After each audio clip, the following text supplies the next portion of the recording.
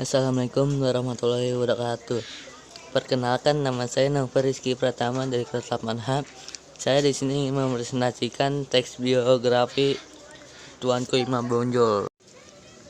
Nama asli dari Tuanku Imam Bonjol adalah Muhammad Syahab, yang lahirnya di Bonjol pada tahun 1772.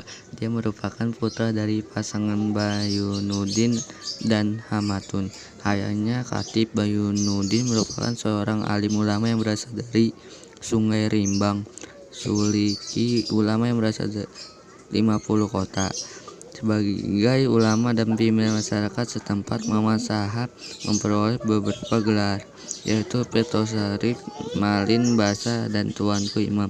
Tuankunan Rence dari Kamang Agam sebagai salah seorang pemimpin dari Harimau, dan Salapan adalah yang menunjukkan sebagai imam bagi kaum Padri di Bonjol. Ia akhirnya lebih dikenal dengan sebutan Tuanku Imam Bonjol. Tak dapat dimungkiri, perang Padi meninggalkan kenangan heroik sekaligus traumatis dalam memori bangsa selama sekitar 18 tahun pertama perang itu. Praktis yang berperang adalah seorang orang Minang dan Mandailing atau Batak umumnya.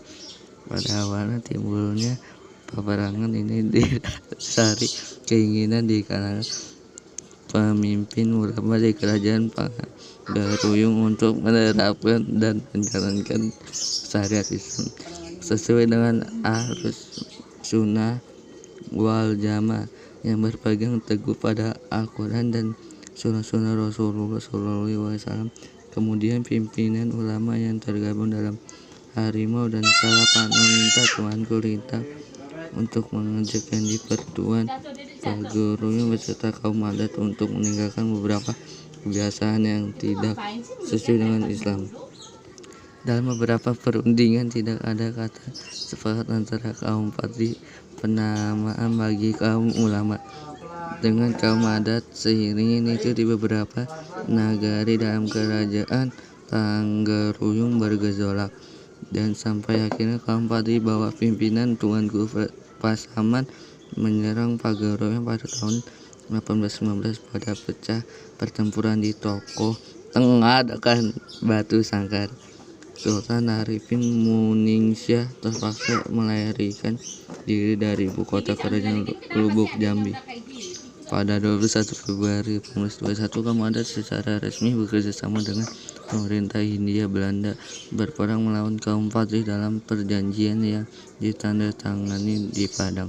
Sebagai kompensasi, Belanda mendapat hak akses dan penguasaan atas wilayah daerah pedalaman Abu. Perjanjian itu dihadiri juga oleh sisa keluarga dinasti kerajaan Pagaruyung di bawah pimpinan Sultan Tangkal Alam Bagagar yang sudah berada di Padang waktu itu. Campur tangan Belanda